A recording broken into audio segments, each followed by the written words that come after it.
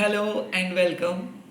अभी मैं देखूंगा आपके पर्सन के करंट फीलिंग्स, वो क्या सोच रहे हैं, उनके नेक्स्ट एक्शंस एंड यूनिवर्स के advice. Welcome back to Mahakali tarot and even YouTube channel. And मैं प्राइवेट रीडिंग नहीं करता हूँ, तो स्कैमर्स एंड फेक प्रोफाइल से बचें। Let's get started. आपके पर्सन इस टाइम पे क्या सोच रहे हैं, चाहे आप किसी भी धर्म के अंदर क्यों ना हो, आप ये रीडिंग को देख सकते हो। मेरे व्यूअर्स के पार्टनर इस टाइम पे क्या सोच रहे हैं? Five of pentacles, okay. Second card आया है द हार्मिट, ओके।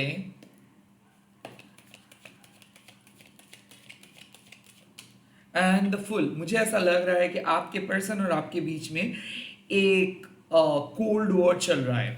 ये पर्सन आपको कुछ कह नहीं रहे, बट वो अपने अंदर एक नेगेटिव डिप्रेसिव थॉट्स लेके चल रहे हैं। द फाइव ऑफ पेंटिकल्स, इनको सह नहीं जा रहा है ये सेपरेशन। मुझे ऐसा लगता है कि ये आपके सेपरेटेड पार्टनर है और कहीं ना कहीं ये अपने गिल्ट में अभी यू नो दब रहे हैं। मुझे ऐसा लग रहा है कि ये पर्सन आपको जिस तरीके से छोड़ के गए थे, उनका ही चीज़ें बैकफायर हुआ है। ये पर्सन को आपने काफ़ी मदद करने की कोशिश की है, काफ़ी हद तक इस पर्सन को आप समझाएं कि ये अपने लाइफ में गलती कर रहे हैं, गलत लोगों के साथ है, या फिर ये जो भी सोच रहे हैं वो गलत है। आपने इस रिलेशनशिप को प्रोटेक्ट करने की बहुत कोशिश की है, और मुझे ऐसा लगता है कि आपका कर्स इस पर्सन के ऊपर चले गए, बिकॉज कहीं ना कहीं आप उसको कभी भी नहीं छोड़ना चाहते थे और आपने इसको काफ़ी मदद किए थे। मुझे ये भी लग रहा है कि ये पर्सन आपके एनर्जी के साथ मिसयूज़ किए थे, लाइक आपको एक्सप्लॉयट किए थे, आपके फाइनेंस को लेके चले गए थे।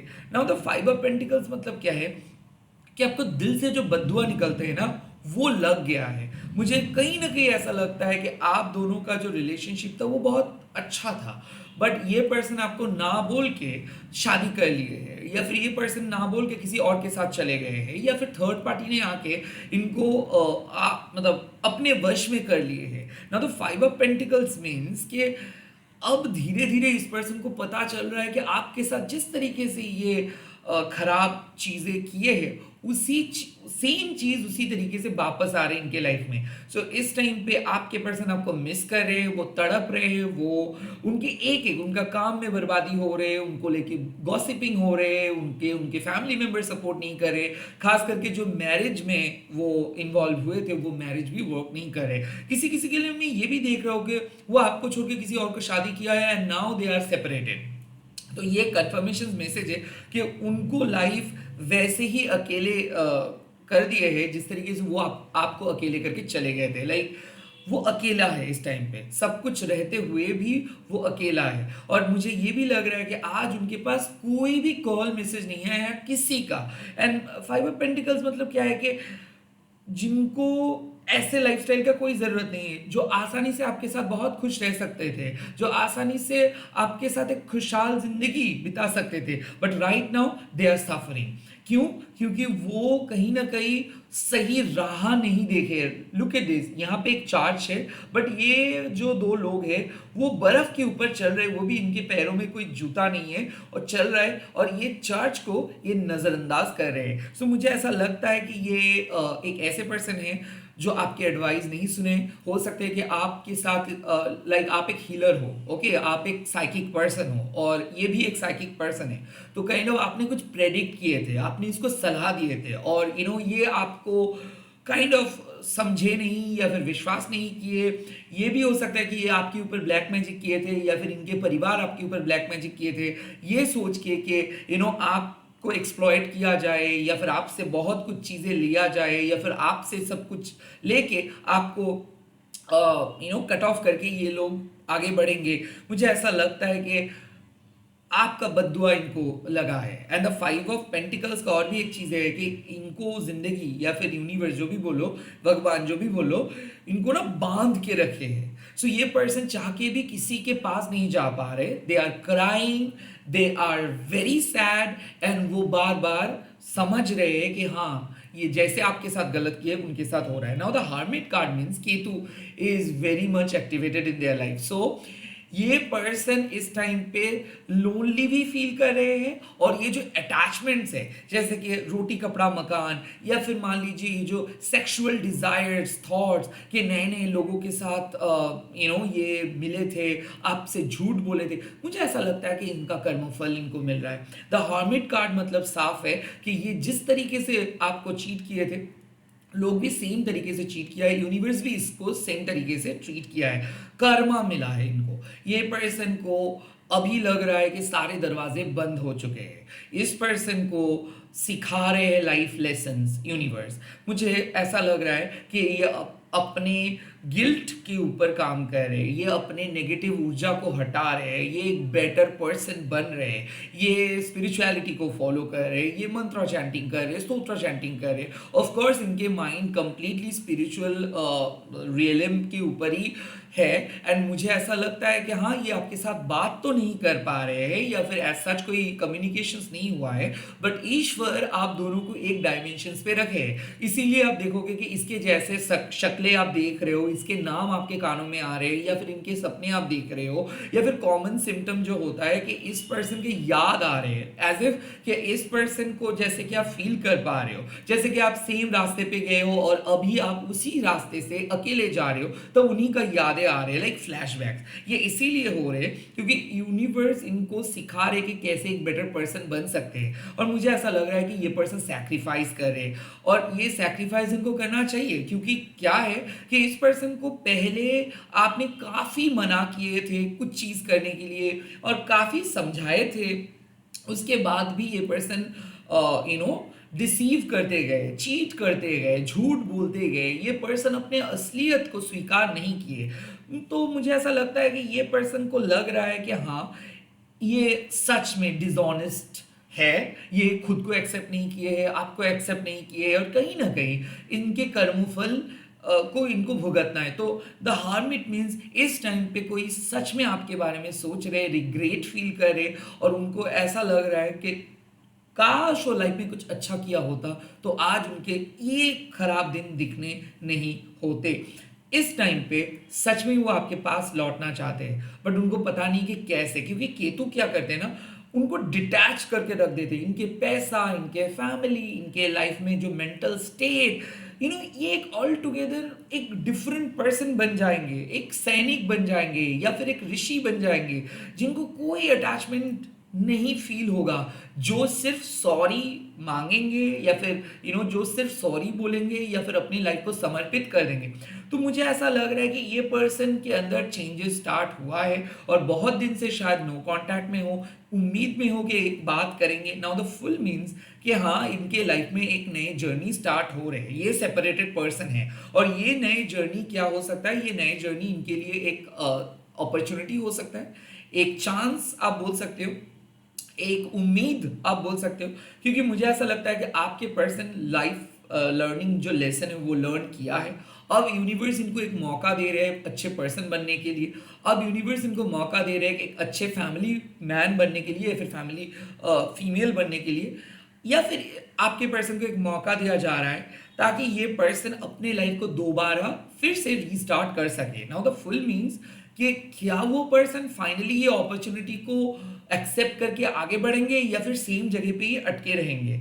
मुझे कहीं ना कहीं ऐसा लग रहा है कि इस पर्सन को लगता है कि जो भी गलत चीज़ हुआ है, इस सब चीज़ को छोड़ के आपके पास वो चले आए। कहीं ना कहीं ये अपने एग्जिस्टिंग मैरिज को तोड़ना चाहते हैं, जो एक खराब पर्सन के साथ हुआ है, या फिर इनके विशेस के अगेंस्ट में जाके कुछ मैरिज हुआ है, या फिर इनको प्रेशराइज करके जो मैरिज करवाया गया है, या फिर इस पर्सन को प्रेशराइज करके जो सिचुएशंस पे डाला गया है उसके अंदर ये नहीं रहना चाहते। बिल्कुल ये पर्सन नहीं रहना चाहते हैं इस सिचुएशंस पे। लेट्स सी कि इस पर्सन का नेक्स्ट एक्शंस क्या होगा, इस पर्सन का नेक्स्ट एक्शंस क्या होगा। सिमिलरली मैं देखूंगा कि इस पर्सन के लिए आपको यूनिवर्स क्या एडवाइस दे रहे हैं। अभी मैं देखूंगा कि इस पर्सन के लिए नेक्स्ट एक्शंस क्या होगा, ये क्या नेक्स्ट एक्शंस लेंगे। द फर्स्ट कार्ड यहाँ पे आ रहा है 9 ऑफ शॉर्ट्स। तो पहले एक चीज कि ये जो गिल्ट, ये जो ओवर थिंकिंग, ये जो इनके स्लीपलेस नाइट जा रहा था, ये इसके ऊपर काम करेंगे। मुझे ऐसा लगता है कि इनकी तबीयत बहुत खराब है, इनका मेंटल स्थिति बहुत खराब है, तो ये थेरेपिस्ट के पास जाएंगे, डॉक्टर के पास जाएंगे और ये किसी दोस्त के पास जाके ये सब कुछ मतलब ये इलाज करवाएंगे। तो मुझे ऐसा लगता है कि ये रिहैब से वापस आ रहे हैं, या फिर मुझे ऐसा लगता है कि कोई हॉस्पिटल से इनका रिलीज हो रहा है, या फिर ऐसा लग रहा है कि इनको समझ में आ रहा है कि क्यों ऐसा हुआ, अब ये पर्सन सुधर गया है। तो इसका फर्स्ट जो एक्शंस मुझे लगता है कि ये सॉरी बोलेंगे, या फिर ये आपके सामने आके कन्फेस करेंगे, ये आपके सामने आके खुद की गलतियों को मानेंगे, एंड मोस्ट इम्पॉर्टेंटली ये आपके सामने आके रोएंगे कि ये आपके साथ जो जो नाइंसाफ़ी किए हैं इनके वजह ये खुद है। तो 9 ऑफ शॉर्ट्स का मतलब क्या है कि जब कोई पर्सन अपने दर्द को समझ पाते हैं, जब कोई पर्सन अपने डर को शेयर करते हैं, जब कोई पर्सन अपने जो भी इनसिक्योरिटीज है उनको शेयर करते हैं, तो मुझे ऐसा लगता है कि ये पर्सन आपके सामने आके कुछ बोलने वाले हैं। जो दुश्चिंता ये कर रहे थे वो दुश्चिंता को शेयर करेंगे, एंड ऑफ कोर्स ये पर्सन एक मेंटल ब्लॉकेजेस से बाहर आ रहे हैं। 9 दोनों कार्ड्स आए हैं, तो सिंपल बात है, एक खराब साइकिल खत्म हो रहा है। हो सकता है कि ये एक न्यू बिगिनिंग हो, कि ये फाइनली आपके सामने आके बोलेंगे कि इनकी तबीयत बहुत ख़राब था, तो या फिर ये अपने गलतियों को समझ पाए हैं, कुछ ऐसा। और या फिर ऐसा भी हो सकता है कि ये आपके बारे में ओवरथिंक कर रहे थे, बहुत गलत सोचे थे, बहुत गलत तरीके से एज्यूम किए थे, अब इनका डाउट क्लियर हो रहा है, अब मिसअंडरस्टैंडिंग्स खत्म ये करेंगे। सो कोई मिसअंडरस्टैंडिंग्स, कोई डाउट को ये खत्म करेंगे। लेट्स सी इनके नेक्स्ट एक्शंस और क्या होंगे। यस, 5 ऑफ वॉन्ड्स, यानी कि इंटरनल कन्फ्लिक्ट्स। सो देखिए, मुझे ऐसा लगता है कि ये पर्सन को लग रहा है कि इनको आपके पास आना चाहिए, बात करना चाहिए, बट इनको कोई ना कोई रोक रहे हैं। इनके खुद के ईगो शायद इनको रोक रहे थे, या फिर इनके खुद के गिल्ट इनको रोक रहे थे, या फिर इनके फैमिली मेंबर्स इनको रोक रहे थे। Now the 5 of wands means क्या है कि ये पर्सन अपने मन के जो भी गिले शिकवे है, या फिर आप अपने मन में जो भी कन्फ्लिक्ट्स है, ये कन्फ्लिक्ट्स को एंड करेंगे। जैसे कि करूँ या ना करूँ, बहुत कंफ्यूज थे ये, या फिर आपके साथ ये जो कंस्टेंट ये लड़ते थे, या फिर आपको बोलने का मौका नहीं देते थे, आपको विक्टिम बना देते थे, ये वाले जो चीज़ें, ये जो नेगेटिव टॉक्सिक कंपटीशन या फिर जेलेसी बोलो, कंपैरिजन बोलो, ये जो इनके एटीट्यूड है, इनको ये खत्म करेंगे ना। तो 5 ऑफ वॉन्ड्स मीन्स कि ये आपके साथ काम करना चाहेंगे, आपके खिलाफ नहीं। ये आपके साथ लड़ेंगे, आपके खिलाफ नहीं। ये आपको सपोर्ट करेंगे, आपके अगेंस्ट पे नहीं जाएंगे। ओके, लेट्स सी और क्या नेक्स्ट एक्शंस ये लेंगे। वाओ, 6 ऑफ पेंटिकल्स, फाइनली यहाँ पे इक्वल गिविंग एंड रिसीविंग। तो ये तो साफ बात हो गया कि ये पर्सन को समझ में आ रहा है कि ये क्या क्या गलतियां किए हैं, किस तरीके से ये आपको एक्सप्लॉइट किए हैं, किस तरीके से ये आपके साथ डिसऑनेस्ट रहे हैं, और या फिर किस तरीके से ये सब कुछ छुपाए हैं। नाउ ये पर्सन ऑनेस्टली आपके साथ बात करेंगे, ये आपको ऑनेस्टली ट्रीट करेंगे, जो आप डिजर्व करते हो, जो रिस्पेक्ट आप डिजर्व करते हो, जो फ्रेंडशिप आप डिजर्व करते हो, जो ये मैं देख सकता हूँ कि ऐसा नहीं है कि ये आपके सिर्फ लवर है। मुझे ये भी लग रहा है कि आप लोग सेम जेंडर में हो सकते हो, या फिर आप दोनों मैरिड पर्सन हो सकते हो। लाइक समाज में भले आप लोग लवर हो, भले आप दोनों का पर्सनल इमोशंस जो भी है, बट एक फ्रेंडली जेस्चर तो बनता है ना, कि ऐसा मतलब क्या प्रॉब्लम हो जाएगा अगर वो आपके साथ बात करेंगे समाज में, क्या प्रॉब्लम हो जाएगा वो अगर कॉल करेंगे। तो मुझे ऐसा लगता है ना, ये सब चीज़ को बहुत ओवर एम्फसाइज करते थे, नहीं मुझे ऐसे कॉल नहीं करना चाहिए, लोग क्या सोचेंगे, शायद मुझे इस तरीके से बिहेव नहीं करना चाहिए, मुझे मेरा एक इमेज है, मेरा एक फैमिली मुझे कुछ अलग तरीके से देखते थे। तो मुझे ऐसा लगता है ना, ये अपने अंदर एक गलत इमेज लेके चल रहे थे, लेकिन इनको क्या करना चाहिए और इनको क्या नहीं करना चाहिए, या फिर लोग क्या पसंद करेंगे, लोग क्या नहीं पसंद करेंगे, और इन्हीं के कारण ये आपसे दूर होता जा रहा था। अब इनको क्या लगेगा कि नहीं, फॉरगेट अबाउट लोग क्या कहेंगे, इनको जो अच्छा लगता है वो करेंगे ना। तो यहाँ पे भी आप एक ये जो जस्टिस का सिंबल आप देख सकते हो, इसका मतलब क्या है कि अब ये पर्सन एक बैलेंस लेके आएंगे। अब यहाँ पे गिविंग एंड रिसीविंग इक्वल होगा। अब यहाँ पे आपको छीनना नहीं पड़ेगा, आपको इनके अटेंशंस को ग्रैब करना नहीं पड़ेगा। अब ये ऑटोमेटिकली आपके साथ रेसिप्रोकेट करेंगे। तो मुझे ऐसा लगता है कि ये पर्सन को लग रहा था कि शायद इनको कुछ काम नहीं करना चाहिए, या फिर इनको रोक लेनी चाहिए खुद को, या फिर इनको एक्सप्रेस नहीं करनी चाहिए, और इसी के कारण ये दूर दूर चले जा रहे थे, इसी के कारण ये कांटेक्ट नहीं कर पा रहे थे, इसी के कारण ये आपको सपोर्ट नहीं कर पा रहे थे। फिलहाल इनके जो केतु है, ये केतु इनको सिखाए है कि किस तरीके से दूसरे पर्सन को रेस्पेक्ट किया जा सकता है, किस तरीके से दूसरे पर्सन की कोई भी गिफ्ट्स हो उसको रेसिप्रोकेट किया जा सकता है, किस तरीके से हम लोग एहसान को एक्सेप्ट कर सकते हैं किसी का। तो मुझे ऐसा लगता है कि इस पर्सन को रियलाइजेशन हो रहा है कि ये जिस तरीके से लाइफ को देखते थे वो गलत था। अब ये पर्सन को नए तरीके से लाइफ को देखना है, नए तरीके से कोऑपरेट करना है, नए तरीके से आपके साथ डील करना है एंड नए तरीके से इस फ्रेंडशिप को आगे बढ़ाना है। ये सीक्रेट क्रश हो सकता है, ये सीक्रेट एडमायरर हो सकता है, आप दोनों मैरिड कपल हो सकते हो, एक्स्ट्रा मैरिटल हो सकते हैं, ट्विन फ्लेम, सोलमेट, जो भी हो। इस रिलेशनशिप पे ये बैलेंस लेके आएंगे क्योंकि आखिर में आप एक दूसरे से प्यार करते हो, एक दूसरे का दुश्मन नहीं हो। बट वो क्या किए हैं, वो ना आपके साथ दुश्मनी किए हैं, वो हर जगह पे आपको ब्लॉक किए हैं, हर जगह से वो आपको मिटा दिए हैं, यहाँ तक कि उन आपसे वो फेवर तो लिए है बट उसका कोई रिटर्न तक नहीं दिए। तो इसके कर्मफल उनको भुगतना पड़ा और इसीलिए शायद आपके साथ डिटैच भी वो रहे।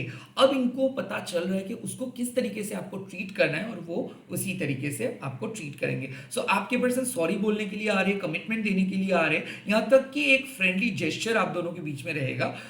भले वो शादी तक ना हो या फिर भले वो अभी इस टाइम पे एकदम सुपर कमिटेड ना हो, बट एक सच्चाई रहेगा दोनों के बीच में। कोई भी, आप भी और आपके पर्सन भी कोई भी चीज को नहीं छुपाएंगे, जो है वही बोलेंगे, चाहे भले वो पसंद आए या ना आए।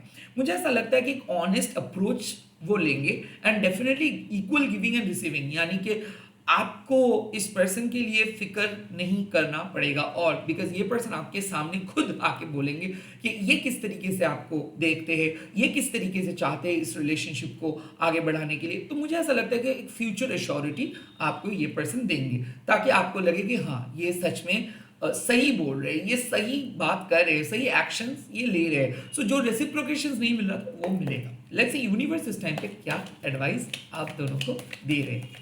यूनिवर्स का एडवाइस इस टाइम पे क्या है? ओके, 3 ऑफ शोर्ट्स, इसका मतलब साफ है कि आप अपने दिल से चीजों को हटाओ। बिकॉज मुझे ऐसा लगता है कि खराब पास्ट शायद आप दोनों को फिर से मिलने के लिए रोक रहे हैं और आप भुला नहीं पा रहे हो। आप बहुत, आपका दिल टूटा हुआ है, आप इस पर्सन को फॉरगिव नहीं कर पा रहे हो। तो please forgive and forget. Okay, let's see.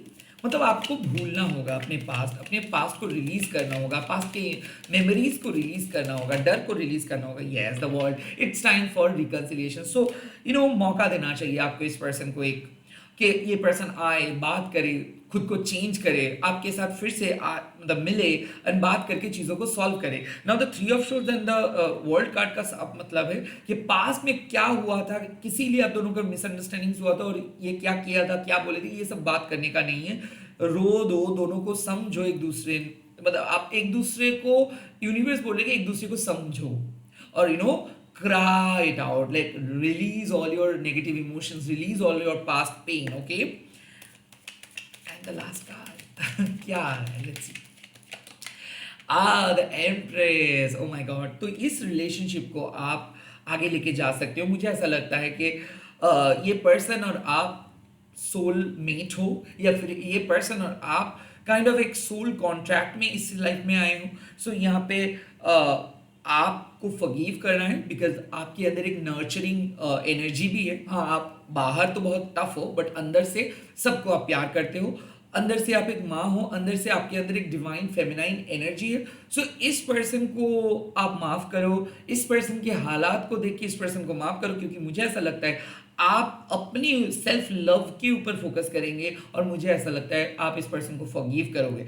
तो यहाँ पे एक रिकंसिलिएशन हो रहा है, शादी का योग बन रहा है। यहाँ पे मुझे ये भी लग रहा है कि दोस्ती को आप बचा रहे हो या फिर दोस्ती निभा रहे हो, और इस टाइम पे शायद आपको ऐसा फील होगा कि हाँ, जो ये किया है आपके साथ, इन्हीं के साथ भी सेम चीज हुआ है।